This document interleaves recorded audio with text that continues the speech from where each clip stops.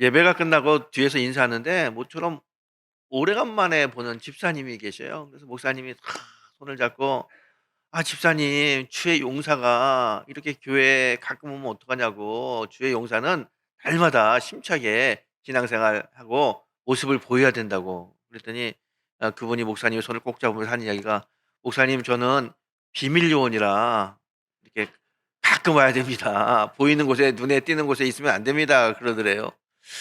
여러분 신앙생활은요 비밀 요원은 좀 필요 없는 것 같아요.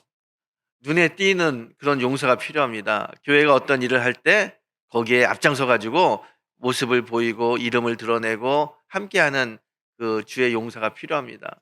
우리 말씀을 읽고 기도하고 우리 5만 시간 기도하는데 그냥 비밀 요원처럼 제가 알아서 혼자서 조용히 읽고 조용히 하겠습니다. 물론 그럴 수도 있겠지만 이럴 때 협력하여 선을 이루어야 되잖아요. 우리가 기도의 자리에도 나오고 또 말씀 읽을 때도 같이 읽으면서 주의 용사로 2023년 새롭게 변화되는 그런 은혜가 우리에게 있게 되기를 주의 이름으로 축원합니다. 여러분 오늘은 사순절 첫 번째 주일이기도 하고요. 우리 3.1절 기념주일이기도 합니다. 우리 3.1절 3.1 만세운동이 일어났던 날이기도 하는데요. 여러분 우리가 우리의 역사를 가만히 보게 되면요. 우리 역사하고 참 비슷했던 역사를 가진 나라가 이스라엘이에요. 이스라엘이 참 우리하고 비슷합니다. 우리가 남과 북으로 나눠져 있는데 이스라엘도 남과 북으로 나눠졌던 그런 역사가 있고요. 또 지정학적으로 또 외세 침입을 참 많이 받은 나라입니다. 우리나라는 그 바다 남쪽에 일본이 호시탐탐 우리나라를 공격했고요. 북서쪽에 중국이 있지 않습니까? 중국이 명나라, 원나라, 청나라 이 나라를 바꿔가면서 계속 우리나라를 이제 힘들게 했던 지정학적인 위치가 있죠. 이스라엘도 마찬가지입니다, 여러분. 남쪽에는 애굽이 있어요. 이집트가 있어서 수시로 이집트가 이스라엘을 공격했고요. 또 북서쪽에 아수르, 바벨론, 메데, 바사, 페르시아, 심지어 로마까지 계속해서 이스라엘 땅을 점령하고 공격했던 그 지정학적인 위치를 가지고 있는 나라가 이스라엘입니다. 그래서 이스라엘하고 우리하고요, 역사적으로 또 환경적으로 비슷한 게 참 많이 있는 것 같아요. 여러분 오늘 우리가 읽은 이 본문은 이스라엘 역사적으로 이스라엘이 바벨론의 포로가 돼서 나라를 빼앗기고 이제 70년 동안 포로 생활을 하게 됩니다. 그리고 70년 후에 이제 해방을 맞이해서 자기의 나라로 돌아오면서 그때 찬양했던 시가 오늘 시편 126 편의 말씀입니다. 여러분 오늘 이 해방을 맞이해서 기뻐하며 고향으로 돌아오는 이스라엘 백성들이 찬양한 시인데요. 그 시에 보게 되면요. 5절 6 절에 이런 말씀이 있습니다. "눈물을 흘리며 씨를 뿌리는 자는 기쁨으로 거두리로다. 울며 씨를 뿌리러 나가는 자는 반드시 기쁨으로 그 단을 가지고 돌아오리라." 눈물로 뿌리는 씨, 눈물 흘리며 뿌리는 씨는 기쁨으로 단을 거둔다. 이 찬양을 이스라엘 백성들이 하고 있습니다. 저는 이스라엘 백성들을 생각하면서 이 시를 가만히 묵상하면 이게 마음에 잘 오지 않습니다. 여러분 이 씨를 뿌린다는 게 어떤 의미입니까? 씨를 뿌린다는 건요. 미래에 대한 소망이 있어야 씨를 뿌리는 겁니다. 이 씨를 뿌리면 이제 풍년을 얻고 곡식을 얻을 수 있다고 하는 소망이 있어야 씨를 뿌리는 거지. 씨를 뿌리는데 새가 와서 씨를 다 먹는다. 산짐승이 씨를 다 먹어버린다. 아니면 땅이 딱딱해 가지고 아무리 씨를 뿌려도 이 땅에 싹이 나지 않는다. 그러면 누가 씨를 뿌릴 수 있겠습니까? 그 씨를 뿌릴 수 없어요. 씨를 뿌린다는 것은 소망을 가지고 있을 때, 미래에 대한 소망이 있을 때 씨를 뿌릴 수 있는 거예요. 여러분 우리나라도요. 이제 농사 질 때 이제 조금 있으면 봄에 농사를 짓는데 씨를 뿌린다든가 모내기 할 때 보세요. 얼마나 농부들이 신납니까? 막걸리 한 잔 마시고 노래 부르면서 모내기하고 씨 뿌리는 게 그게 씨 뿌리는 사람들의 모습이에요. 참 즐거운 모습으로 씨를 뿌립니다. 자기 인생 답답해서 울면서 씨를 뿌리는 사람은 거의 없고요. 그런 환경에서는 씨를 뿌리기가 어렵습니다. 지금 이스라엘 백성들 울면서 씨를 뿌린다고 했는데 그들의 삶이요. 참 어려워요. 정말 절박하고 답답한 삶입니다. 그 앞이 보이지 않는 희망과 소망이 없는 그곳에서 씨를 뿌린다. 이거 정말 어려운 일이고요. 가능한 일이 아니기도 합니다. 여러분 이스라엘 백성들은요. 바벨론의 공격을 받아서 나라를 빼앗겼어요. 나라가 망했습니다. 나라가 풍비박산이 되고 웬만한 사람들 다 끌려가서 포로로 끌려갔습니다, 바벨론에. 이 바벨론에 끌려간 사람들, 많은 사람들이 바벨론에 끌려갔는데 거기서 살다 보니깐요, 문화도 언어도 다 안 맞는 거예요, 그 낯선 곳에. 더군다나 그냥 이민 간 것이 아니라 포로로 끌려갔어요. 굳은 일을 해야 되고요. 사람들에게 핍박받아야 되고요. 억울한 일을 당해도 어디 가서 하소연할 데가 없습니다. 정말 힘들어요. 그렇게 살고 있는데 이 몇 년을 살다 보니까 이들에게 소망이 없어요. 야, 아무리 살펴봐도 나라가 다시 해방을 맞이할 것 같지도 않고 자신들의 해방을 도와줄 세력도 없고 그냥 그렇게 살다가 끝날 것 같아요. 이렇게 살다가 이렇게 노예로 살다가 식민지로 살다가 인생이 이렇게 끝나야 되나? 참 어렵고 힘든 그 환경 속에서 좌절하고 한탄합니다. 그러는 시간을 몇 년 지나다 보면서 이스라엘 백성들, 특별히 포로로 끌려온 이스라엘 백성들이 두 그룹으로 두 패로 나눠집니다. 한쪽은 어떤 사람들이냐면 아무리 생각해도 우리는 해방 맞이할 수 없다, 다시 고향으로 돌아갈 수 없다, 그럴 거면 이 바벨론에 뿌리를 내리고 살아야겠다. 그래서 거기서 장사도 하고 돈을 벌고 거기 사람과 결혼해서 거기서 정착하는 사람들이 생깁니다. 또 바벨론도요, 이 자기 자신들이 포로로 데리고 온 사람들을 정착할 수 있도록 또 귀화 정책을 핍니다. 바벨론에 귀화한 사람, 바벨론의 시민이 된 사람에게 특별한 혜택을 주는 거예요. 그러니까 이스라엘 백성들 중에서 이제 앞으로 미래에 대한 소망이 없는 사람들은 아, 그럼 여기서 살아야 되는데 지금 마침 바벨론이 특별히 귀화하는 사람들에게 혜택을 주니 그 혜택을 받아야겠다. 그리고 적극적으로 귀화하고요, 그 혜택을 받고 거기서 정착을 합니다. 많은 사람들이 이제 거기서 정착하기 시작해요. 그런데 여러분, 이 바벨론으로 귀화할 때 이 바벨론 사람들이 그냥 아무에게나 바벨론 시민권을 주는 게 아닙니다. 테스트를 줘요. 제가 미국에 있을 때 미국 시민권 받은 사람한테 들은 얘기고요. 제가 확인을 해 보진 않았습니다. 근데 어렴풋이 이런 얘기를 들었어요.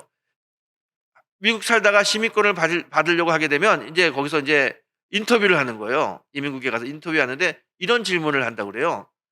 "만약에 한국과 미국이 싸우면 당신은 누구 편을 들겠습니까?" 이렇게 물어본대요. 거기서 한국 편을 든다 그러면은 시민권을 못 받는 거예요. 아니, 미국 시민이 돼야 되는데 당연히 미국 편을 든다 그래야겠죠. 근데 미국 편을 든다 그러면 완전히 이제 나라를 줘 버리는 거 아니에요. 나라를 팔아먹는 것과 똑같은 거잖아요. 그런 이제 갈등이 있어요. 하지만 미국에서 살아야 되니까 여기서 정착하고 아들 딸 낳고 가정을 이루며 살아야 되니까 다 그냥 "미국 편 든다." 그러면서 "시민권을 받는다."라는 이야기를 들은 적이 있어요. 확인한 건 아닙니다, 여러분. 그런데 상식적으로 미국 편에서 보게 되면 그러지 않겠어요? 자기 나라 사람이 되는데 자기 나라 편을 들어야 된다고 강요하겠죠. 마찬가지로 바벨론도 마찬가지입니다. 식민지에서 끌려온 사람들이 바벨론의 사람이 되고 바벨론 시민이 되려고 할 때 무엇을 요구하냐면 바드둑이라고 하는 이 바벨론이 믿는 신이 있어요. 그 신을 믿고 그 신에게 예배할 수 있느냐, 이걸 물어보는 거예요. 그리고 우리가 이제 바드독을 믿고 바드독에게 예배한다, 그러면 바벨론 시민권을 받는 겁니다. 이스라엘 사람들이 어떤 사람들입니까? 하나님 섬기는 사람들이에요. 근데 이들이 이방신을 섬겨야 되고 이방신에게 예배해야 됩니다. 그런데 많은 사람들이 하나님을 저버리고 바드독을 믿고 바드독에 예배하겠다고 하고 실제로 바드독을 믿습니다. 왜요? 바벨론에 귀화해서 살아야 되니까. 이들의 마음에는 어떤 마음이 있냐면 우리는 앞으로 해방이라고 하는 소망을 가질 수 없다, 있을 수 없다. 아무리 주변을 살펴봐도 우리는 나라를 빼앗기고 나라를 잃어버렸기 때문에 우리에게 소망이 없어. 그렇게 소망이 없고 앞으로 미래가 없는데 어떻게 다시 해방만을 생각하며 살 수 있겠냐. 차라리 그럴 거면 이 땅에서 정착해서 사는 게 좋겠다. 그리고 하나님, 우리를 지켜주지 않는 하나님 뭐 중요해. 하나님 버리고 바벨론에 믿는 신을 바드독을 믿고 살겠다. 그래서 막 귀화하는 거예요. 그런 분류가 한 분류가 있어요. 그런데 또 다른 분류는 뭐냐면 아무리 힘들고 어려워도 다시 고향으로 돌아갈 기미가 보이지 않아도 하나님에 대한 소망을 잃어버리지 않고 믿음을 지키며 살겠다, 그런 사람들이 있는 거예요. 우리가 잘 알고 있는 다니엘과 세 친구들이 바로 그런 사람들입니다. 이런 사람들은요, 미래에 대한 소망을 버리지 않았어요. 반드시 하나님께서 우리를 고향 땅으로 돌려보내 주실 것이다. 그런 믿음이 있고 소망이 있어요. 그런데 그 주변을 보게 되면 그게 이루어질 것 같진 않아요. 아무리 머리를 맞대고 아무리 긍정적으로 생각하려고 해도 그들의 상황은 도저히 해방을 맞이할 수 있는 상황이 아닙니다. 그래도 이들은 하나님에 대한 소망을 잃어버리지 않아요. 반드시 우린 돌아간다.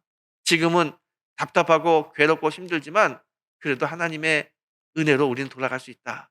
그렇게 신앙을 지키고 소망을 가지고 있는 사람들입니다. 그러면서 살려고 하니까 얼마나 힘든지 몰라요.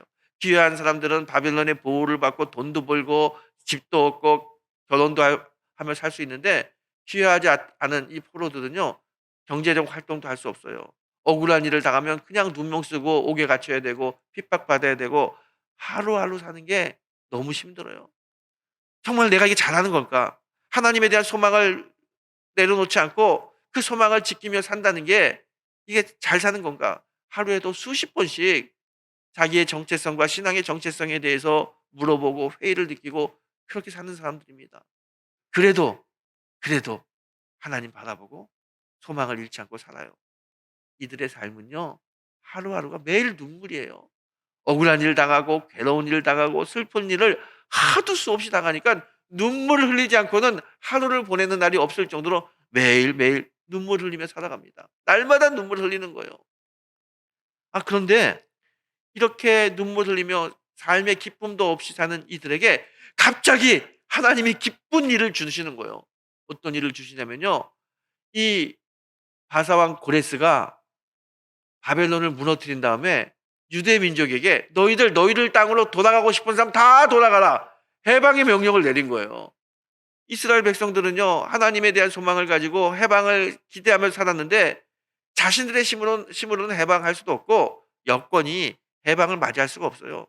그렇게 좌절하면서도 슬프게 사는 사람들인데 어느 한순간에 해방을 맞게 되는 거예요.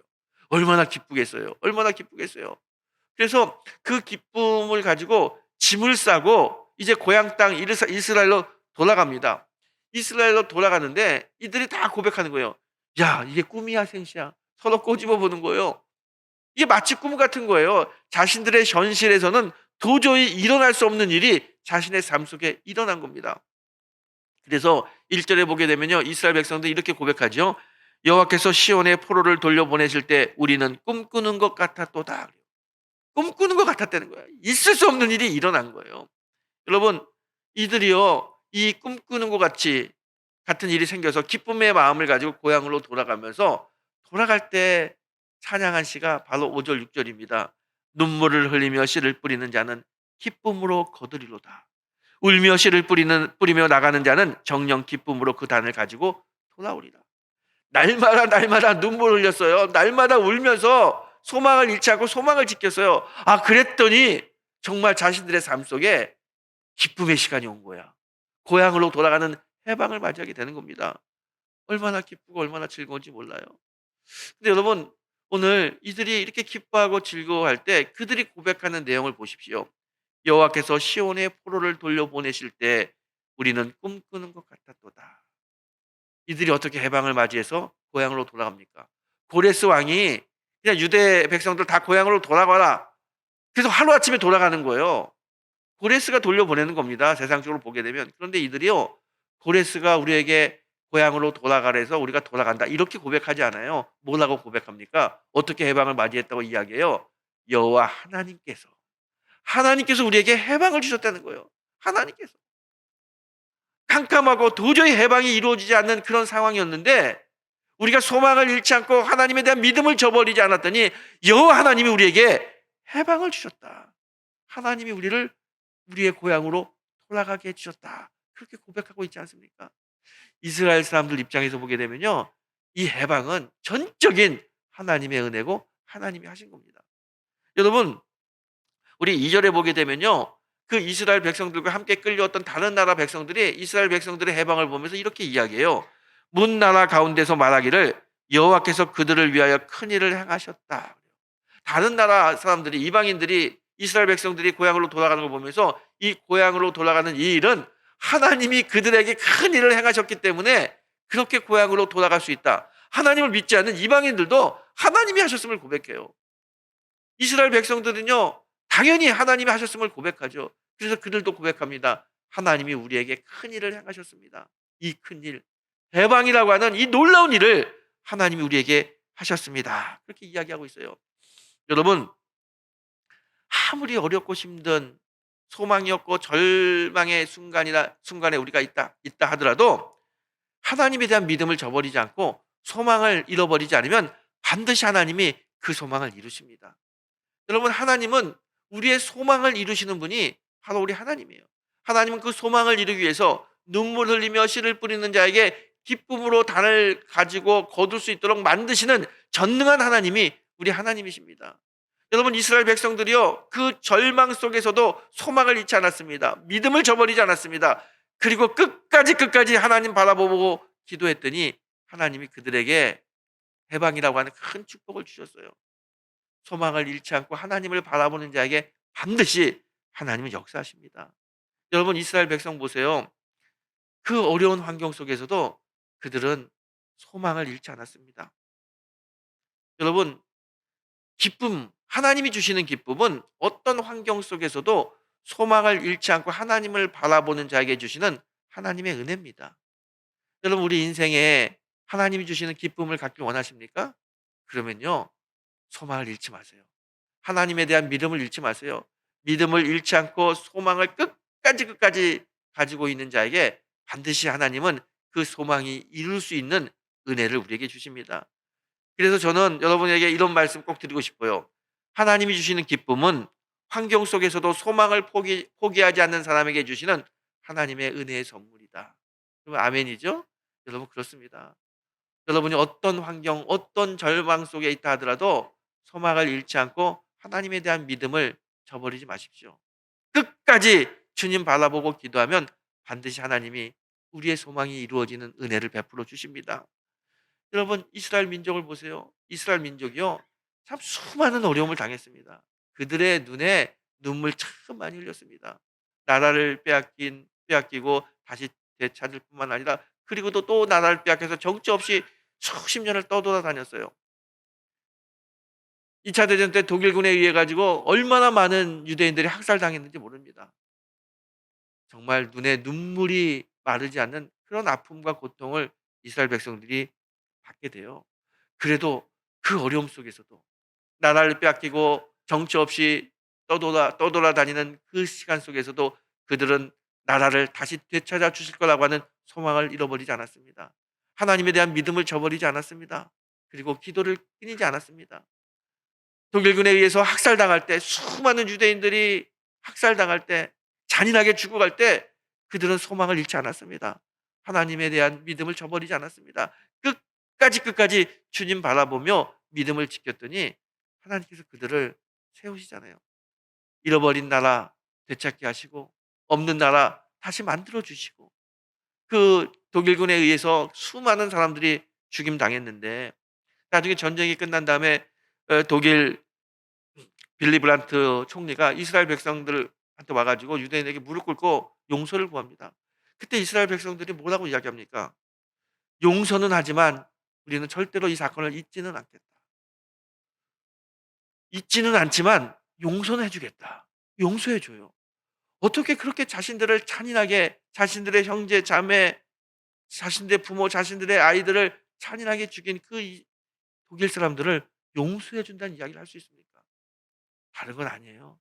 그들은 이미 독일 민족보다 훨씬 더 높은 위치에 서 있는 거예요.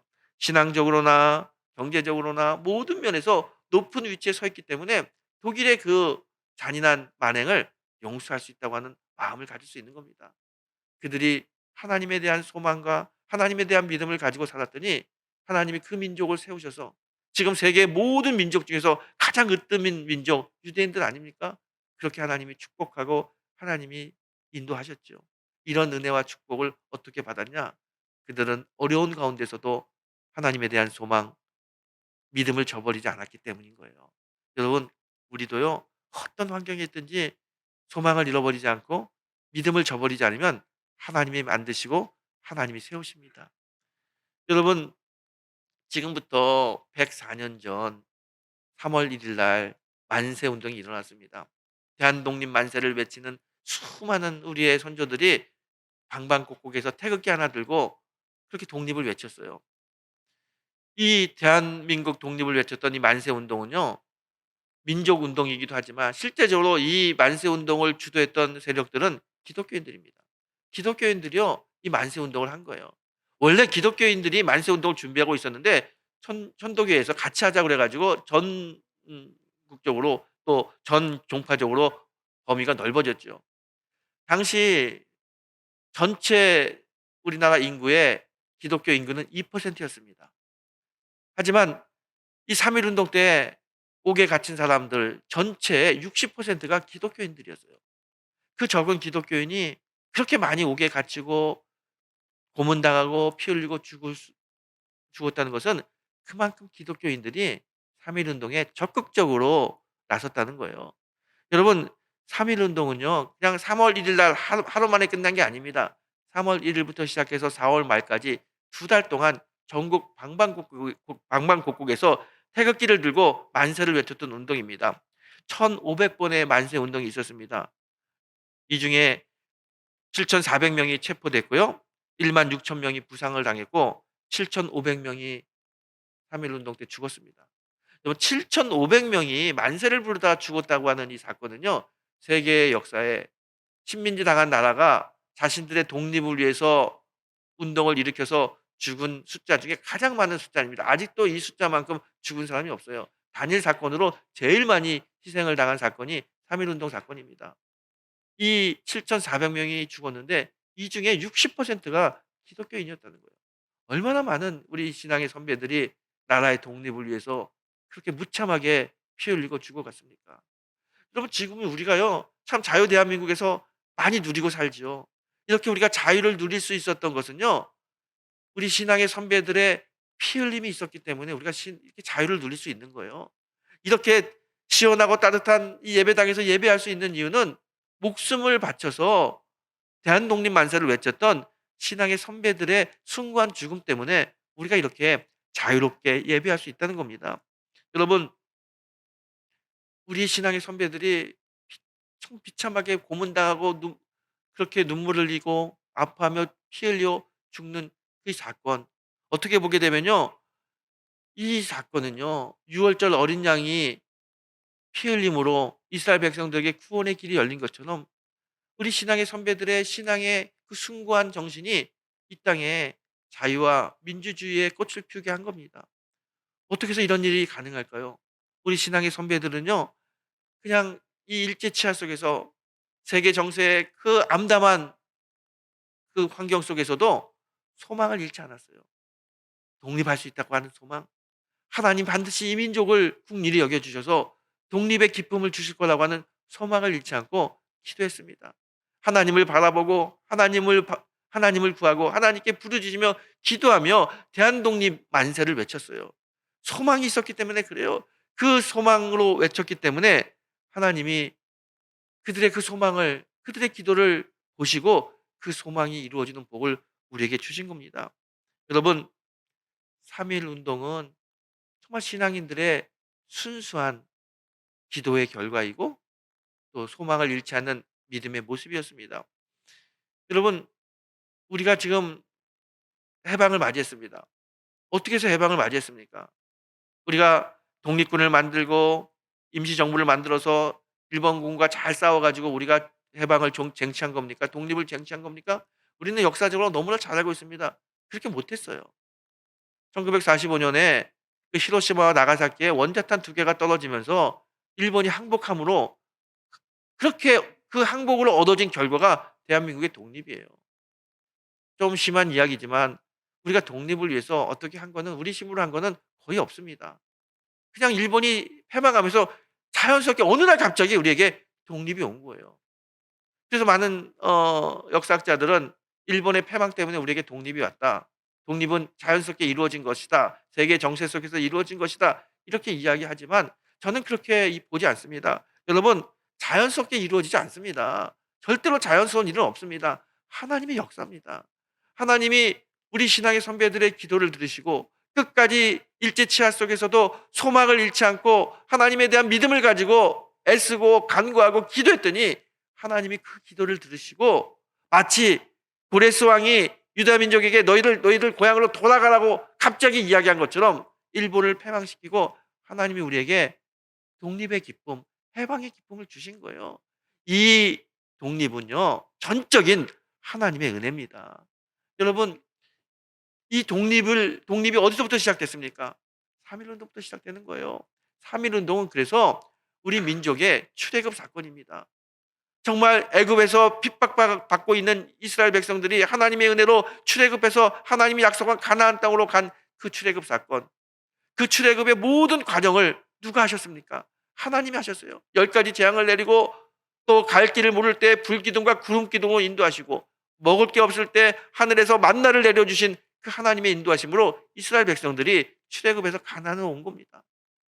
마찬가지입니다. 일제치하 아무것도 없고 절망과 좌절 속에 있는 우리 백성에게 하나님 소망을 주시고 하나님 기도하게 만들며 그 기도를 들으시고 하나님이 이끄셨어요. 그래서 해방이라고 하는 큰 기쁨을 맞게 되는 겁니다. 해방은 하나님의 전적인 은혜입니다. 이 은혜는 우리 신앙의 선배들의 기도와 간구와 하나님에 대한 소망의 결과입니다. 여러분, 지금 우리가 정말 이 해방의 이 시간에 자유 대한민국에 살면서 우리 신앙의 선배들의 기도의 덕을 톡톡히 보고 있다는 것을 잊으면 안 됩니다. 이렇게 기도의 빚을 진 사람들입니다. 우리는 어떻게 살아야 될까요? 우리 신앙의 선배들에게 받은 이 거룩한 빚을 갚아야 될 때가 지금입니다. 여러분, 지금 보십시오. 지금은요, 어쩌면은 제2의 출애굽이 우리나라에 일어나야 될 때입니다. 사회적으로, 정치적으로, 종교적으로, 문화적으로 얼마나 타락하고 얼마나 힘든 시간을 우리가 보냈는지 모릅니다. 정말 이대로 되면은 이 나라가 잘 유지될 수 있을까? 사회, 경제, 정치, 종교 어느 면을 봐도 답답한 뿐입니다. 이때 절망과 좌절 속에서 우리가 살아야 됩니까? 계속해서 이렇게 되다가는 우리 후손들에게 어떤 나라를 물려줄 수 있겠습니까? 정말 앞이 캄캄합니다. 이럴 때 우리가 해야 될 일이 뭡니까? 우리의 신앙의 선배들이 소망을 잃지 않고 하나님께 기도했듯이 우리도 하나님께 기도하는 거예요. 하나님께 간구하는 겁니다. 이 대한민국 하나님이 지켜주시고 하나님이 부흥케 해준다는 그 소망을 가지고 끊임없이 하나님께 기도해야 됩니다. 우리가 기도하면 하나님 반드시 이루어 주십니다.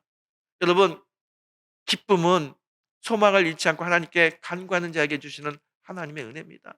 이 땅에 기쁨이 충만한 나라가 되기 위해선 우리가 소망을 잃지 않고 하나님께 기도하는 백성이 되어야 됩니다. 기도하면 하나님이 이루어 주십니다. 여러분, 특별히 이 사순절 또 오늘 3.1절 특별 주간을 우리가 보내고 있는데 이번 한 주만큼은 이번 사순절만큼은 나라를 위해서 우리 열심히 기도하는 그런 백성이 됐으면 좋겠습니다. 이 대한민국에 태어난 것을 하나님께 감사하면서 하나님께 기도하는 그런 성도가 되어야 될 줄 믿습니다. 소망을 잃지 않고 하나님에 대한 믿음을 저버리지 않고 우리가 기도하면 하나님 반드시 이 나라에 다시 한번 부흥의 불길을 부어 주실 거라고 믿습니다. 여러분, 우리가 교회를 위해서 우리 5만 시간 기도하자고 이야기하잖아요. 근데 제가 기도하면서 느끼는 건 정말 우리 이때야말로 우리 기도해야 될 때입니다. 개인도, 가정도, 여러분의 사업도, 교회도, 나라도 기도해야 될 때입니다. 하나님이 기도를 선포하실 때 우리 같이 기도하는 성도가 되길 원합니다.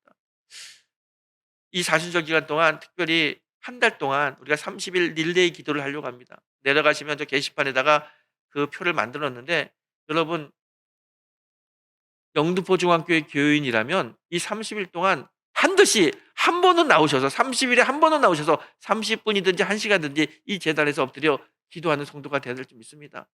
한 달 동안 한 번도 나오지 못해서 기도 못한다? 여러분, 그럴 수는 없는 거예요. 이 시대에 기도해야 우리가 살 수 있습니다. 기도해 우리 자녀들에게 소망의 나라를 물려줄 수 있습니다. 나라를 위해서 또 교회를 위해서 우리 기도하는 시간을 가지고 같이 기도하길 원합니다. 여러분, 내려가시면서 여러분 보시고 내가 이날은 부부가 우리 자녀와 함께 와서 기도해야겠다 쓰시고 그날 오셔서 같이 기도해요. 그 기도가 30일 동안 릴레이 기도가 돼서 기도의 불이 일어나고 우리가 기도하는 것들이 하나님의 국률의 은혜로 말미암아 응답받는 복을 우리가 누리게 될 줄 믿습니다. 여러분, 지금은 기도해야 될 때입니다. 지금은 소망을 하나님께 두고 하나님 바라보고 간구해야 될 때입니다. 기도하는 가운데 하나님의 은혜를 맛보는 귀한 성도가 되기를 소망합니다. 여러분 이 시간 우리 잠깐 같이 기도하기 원합니다. 특별히 한 1분 정도 나라를 위해서 함께 기도했으면 좋겠어요. 신앙의 선배들의 기도로 이 땅에 우리에게 자유가 이루어졌습니다. 우리도 기도를 통해서 이 자유로운 대한민국을 우리 후손들에게 물려줘야 될 책임이 있어요. 이 시간 간절한 마음으로 나라를 위해서 잠시 기도하겠습니다.